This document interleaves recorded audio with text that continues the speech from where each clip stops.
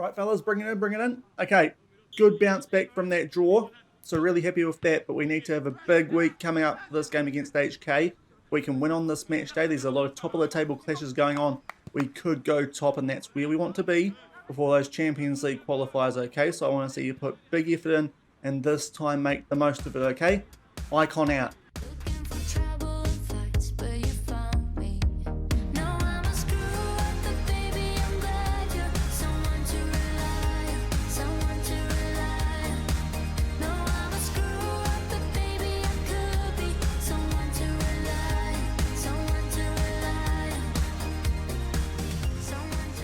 Hello everyone and welcome back to Husavik Heroes here on Shaun Does FM. I hope you are doing well, and today in episode number 33 we take on HK in a big match week in the Islandsdeildin, and off the back of that we are going to do a big European roundup, have a look at who won all the big leagues in Europe, who won the UEFA competitions, have a look at the coefficient, and also get up to our Champions League draw. So it's a big episode, today's one, and if you are looking forward to it, then do remember to go down below, leave a thumbs up on the video, and if you haven't done so already and are enjoying the series, also remember to hit that subscribe button and turn that notification bell on as well. It is greatly appreciated. But we have played just the one game since the last episode, which if you missed, I'll leave a link to it above my head in the top right corner. A league game against Hafnaf Shador, where unfortunately we did drop points away from home, but off the back of that we had a game in the league against Nats KR. And as suggested in the intro, we did bounce back quite nicely. A long throw there, which rather fortunately, Mikel, who we sold to them,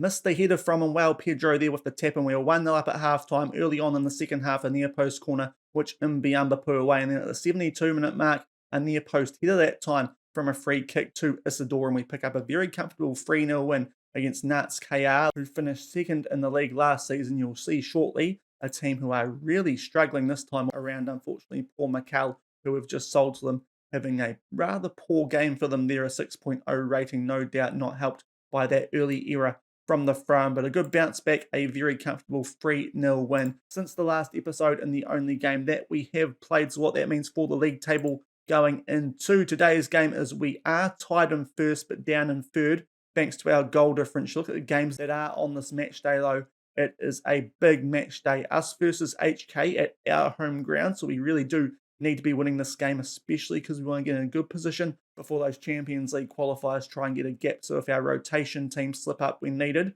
we could afford to lose a game or two there. And also the other game, which is worth keeping an eye on, Bala Reykjavik at home against Breiðablik. So the top four teams all playing each other in this match week. This could be a big one to see who gets into the best position going towards the halfway mark of the season when those Champions League qualifiers do take place. Looking at our team heading into this top of the table clash, we are at full strength for this one. Nicolusi Caviglia and Sviderski back into the mix after they were just given a little bit of a rest in yesterday's game. Everyone is all good to go for this one, so should be a game that we're capable of winning at home. We need to pick up as many points as we can in these home games if we are going to look to retain our Islandsdeildin title here in Iceland, and we'll come back shortly and get the gameplay action out of the way nice and early and see if we can stay top of the table at home against HK.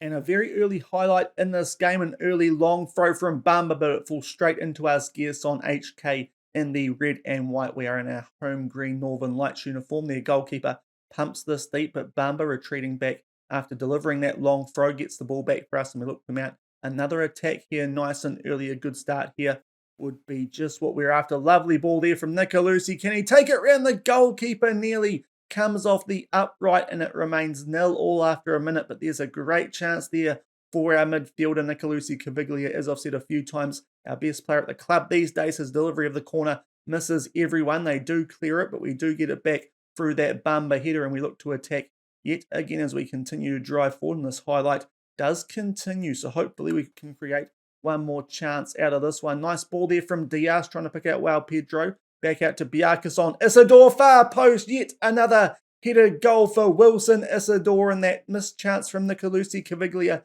does not come back to bite us for very long. We go 1-0 up nice and early in this game. A great start here. Diaz trying to pick out Wow Pedro. Hestad does really well to get back and head that clear, but Barkas on puts that far post. Isidore, so good at the far post with those headers. We've already seen it so far this season. And we go 1-0 up nice and early. 9 minutes gone, we have a free kick. Bjarkason trying to put it towards the far post, headed clear, but Sviderski now in a lot of space. Looks like we're starting this game off well, trying to pick up Isidore again, and it's another goal for Wilson Isidore with his head. He has been on fire to start this season, and it looks like it's going to continue in today's game. You can see the live table there at the moment. We are on top on our own, which must mean that Breidablik and Valarekiewicz are currently drawing, but that's a really hot start from us. 2 goals to Isidore, and we go 2-0 up after 10 minutes. 18 minutes gone, and we have a free kick now, so it's a hot start in this game, and hopefully we can keep things going, trying to pick out Nicolucci for another chance for him in this game, but the ball is just too deep and cut out there by the HK defence. They pumped this one deep, but it should be dealt with fairly safely there from Sierra Fellini, and luckily it is, but very happy with how this game has started, albeit that's a poor clearance there from Sierra Fellini, and it's HK on the attack. They put a ball there through for Husavik, and he puts that in the back of the net, and our good start might be over. We just need to tell the boys to focus a little bit off the back of that, because we had a great start, those 2 goals from Isidore, but it's a bit of a sloppy clearance that from Sierra Fellini, and some good passing off the back of that. Somehow Husavik gets in the middle of our defence. It's a really good strike, to be fair, into that left-hand corner, and just after we get a nice comfy lead, not too long off the back of that, 2-1 after 20 minutes. And not too long off the back of that goal to HK, we have a corner. It's a little bit messy at the back. In fact, he's given a penalty. I think that's a handball or a push there from Helgason. So Isidore steps up for his hat-trick, and he buries it. Wilson Isidore with a first half hat-trick, his 11th goal of the season, so not too far behind João Pedro now. And we get that nice little cushion in front in this game back not too long after we lost it 3-1 after 21 minutes thanks to Wilson Isidore. 25 minutes gone now, so a lot of action in this game so far, and we have a throw-in Bonnet back to Mbiamba, and hopefully we can extend this cushion and just get a little bit more breathing room in this game. Bjarkason just holds it up inside the byline, back for Nicolucci, and he sneaks it past the goalkeeper at his near post. There are goals galore potentially in this game, and now we have a very comfortable lead, should be one that we can hold on to for the remainder of this game. Only 25 minutes gone, so still plenty left to go in this game, but we make it 4-1. Nicolucci Caviglia should have had a goal earlier from a similar angle that time. He just gets it inside the near post, and it's 4-1 Völsungur. And that is half-time in this game. A very good half from us. The only concern yet again, conceding the only shot on target against us. That's becoming a little bit of a trend in these on-camera games this season, but very happy with our attacking work, and we take a nice 4-1 lead into the second half in this top of the table clash. We will come back shortly with the second half, because I'm very happy with how things are going. No changes, and hopefully we could go top of the table on our own after the next 45 minutes. 48 minutes gone, we have our first highlight of the second half, a throw-in just inside the HK half as we look to potentially extend our lead and really seal this result as we look to drive forward here. Nicolucci, I think he was trying to pick out João Pedro there, but couldn't quite. Bjarkason and him potentially maybe getting a little bit confused. HK clear it, but we get the ball back through Mbiamba, tries to pick out Nicolucci. There's some interesting heading going on there, but Isidore does end up with the ball, and maybe we can get something going on the right-hand side. Isidore having an absolute screamer, 3 goals in that first half. We do lose possession, long ball forward there from HK, but Mbiamba yet again with a good header to get the ball back for us. Bjarkason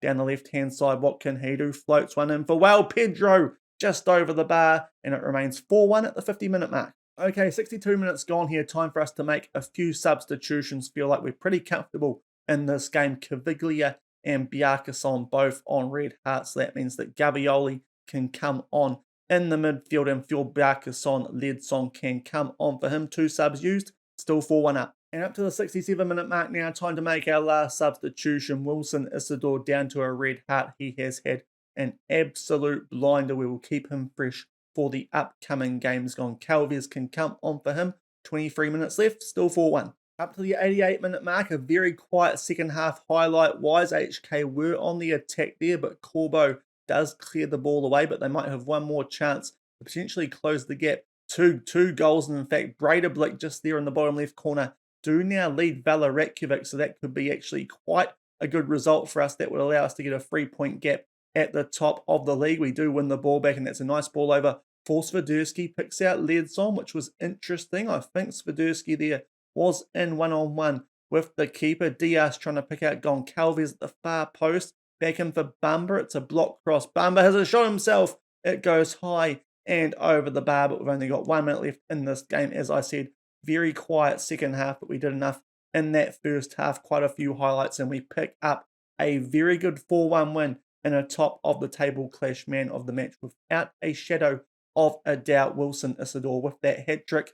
Good stats, good everything from that game. Really happy with it. And we pick up a 4-1 win. We'll come back shortly and have a look at the league table off the back of that. And here is what the league table looks like off the back of that big match day. Up top of the results, you can see there a late red card to Valerakovic and subsequent penalty to Breidablik. They make the most of it, pick up a 1-0 win, and that means we now have a 3-point gap over both Valerakovic and HK, top of the table, only 1 point back to Breidablik, and it looks like early doors might be a 4-horse race for the title, but that's exactly what we wanted. A little bit of a gap to potentially, if we can keep up this good form, take into those Champions League qualifiers, and we'll have the draw for that coming up in a little bit. You'll also notice there Nuts KR with a very good result, 7-1 over Viking and Reykjavik, so they are now out of the relegation zone, which is a little bit promising. That's good considering that they are a team in Conference League qualifying this season, so we want them to be doing well. That could be the turnaround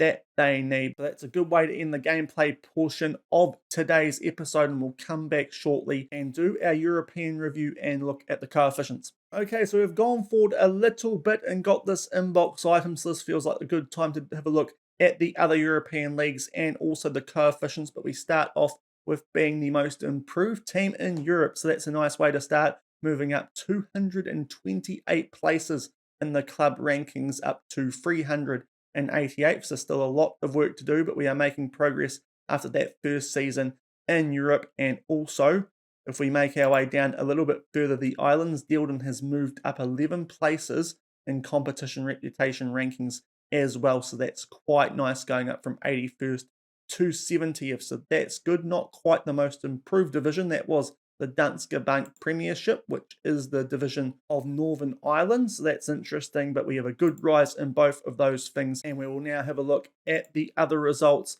around Europe. So first off, we will head to England and have a look at who won the Premier League last season. Manchester City absolutely romped home. In behind them, Liverpool, Manchester United and Arsenal, the top three. Good gap separating those ones. Arsenal just sneak in to the top four over Chelsea. Leicester are also in the Europa League, and Everton will be in the Conference League for next season. We make our way down to La Liga. Real Madrid pick up a 3-point win in La Liga over Barcelona. Athletic Club level on points with Barcelona and picked up more wins as well, so that is interesting. Atletico Madrid pick up the 4th Champions League spot. In the Europa League will be Real Sociedad and Villarreal and 7th, and in the Conference League is Getafe down to Serie A, and as you would expect, Juventus comfortable winners there by 13 points. Inter, AC Milan and Atalanta fill out the Champions League positions, and in the Europa League, Roma and Fiorentina and Napoli. In the Conference League, will be looking to do a good job in that competition. Again, down to the Bundesliga, and we go back over to the league table, albeit Mainz are going to be in the Bundesliga next season. We'll see if they have been promoted or not. No, they are staying there, so Mainz will remain in the Bundesliga, but Bayern Munich absolutely romping by 22 points. Dortmund, Leipzig and Bayer Leverkusen are in the Champions League. Wolfsburg and Freiburg, the Europa League, and the Conference League will be Hertha Berlin. Looks like they might be starting to get their rise on in European competitions and to round off the top 5 leagues in Europe at the moment. We will have a look at Ligue 1. That looks like that playoff has not been completed yet, but Paris Saint-Germain, as expected, picking up Ligue 1 only by 10 points, which I suppose is pretty comfortable still. Lyon and Rennes are in the Champions League, Monaco and Montpellier in the Europa League, and Lille will be in the Conference League, just missing out despite having the same goal difference and points as Montpellier. But off the back of that, it is time for us to go and have a look at the coefficient rankings themselves. It's been a little while since I have had a look at these, since we got knocked out back at the end of last season. So we'll make our way down towards the bottom, and you can see we have had a very good rise, because usually we were on that bottom page. We are now up towards the top of it. We are 36th going into this season. I believe last year we were about 47th. Should have probably checked that, but a very good rise from us. I remember we got rid of something like a 1.5 year. We have replaced that with a 5.5, a very good rise and a good coefficient. And this is a really good time for us to jump up those rankings even further in the next 2 years, because you can see from 1920 and 2021, Iceland had absolute shockers, 0.625s. If we can have a similar season to what we had last year, we will be rising up these rankings considerably more than where we currently are. So that was a very good season for us last season, jumping up to 36th in the coefficient rankings, and hopefully we can keep improving. If we actually have a look at how that ranked us last season, we make our way up a little bit further and we are just on the front page of that, so that is good for us. We make our way down. I'll just do a quick bit of calculating, and we were the 18th best nation in Europe with the coefficients last season, so that is why we've got a good jump. If we can keep that up with those 0.625s going away, we should get another good rise over the next year or two and potentially work our way into that top 20. All things going well, but we have played one game since we did go forward to get to that inbox item. We'll give you guys a quick little look at that, because we haven't quite got to the Champions League draw yet, just waiting for that to come up. I think it's coming up in only a few days' time, so we're going to play this Glotter game off camera. But between now and then, we did have our first Mulkabikulen game.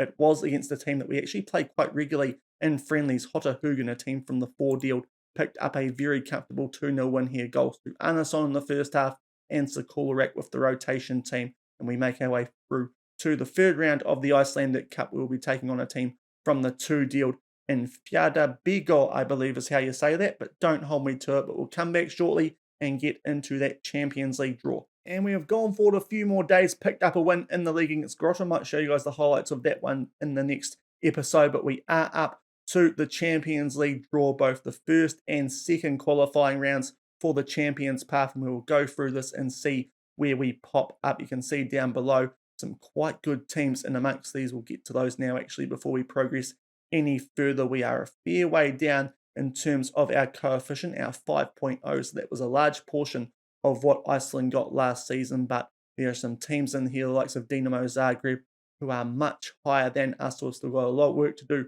to become a seeded team, but we do pop up nice and early in this draw, and we are going to be taking on Legia Warszawa from Poland, so it'll be interesting to see how we get on against those guys. We did, of course, beat a Polish team in the Conference League qualifiers last season, but with this being the Champions Path, no doubt going to be much tougher opposition, albeit we also have a stronger team than last season for this Champions League qualifying compared to the Conference League. And now we make our way forward to the second qualifying round draw, and we'll just see where we pop up here, as it's a little bit hard to tell who you're going to get before these matches do take place. So we'll just wait and see where Völsungur come up on this one. Not quite yet, so we'll keep drawing teams here until we do pop up. And there we are, another home first leg there, so that could be interesting. And we're going to be taking on one of Interclub from Andorra, a Malton team, a San Marino team, could be a Welsh team, or it could be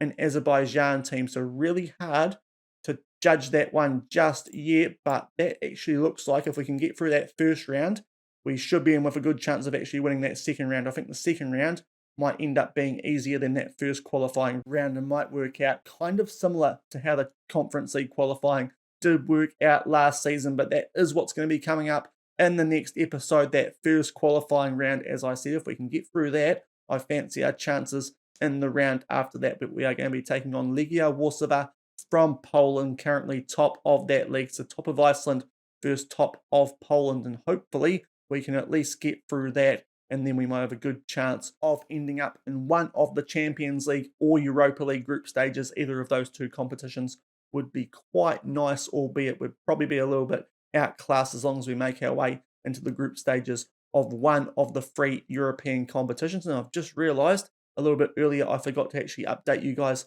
on who won those European competitions. So we'll do that now before we round up today's episode. But the winner of the Conference League was Galatasaray. They beat Copenhagen 3-2 in the final. If we go back to the stages, because of course we did see that Napoli were still in the mix. They actually got knocked out fairly early by Copenhagen in the quarter-final 4-1 on aggregates. That was a little bit of a surprise. Napoli, who really did cruise through that group that we were in with them, they got knocked out in the quarterfinals back in the Conference League this upcoming season, so they do have a chance to go a few steps better this season. But the winner of the Conference League final last time around was Galatasaray, 3-2 over Copenhagen. If we make our way up a little bit and go back to the previous season and down to the final, you will see Arsenal very comfortably picking up the Europa League 4-0 over Atalanta and up to the Champions League. And another very comfortable winner of this one, this time Paris Saint-Germain in the El Clasico, you could almost call it,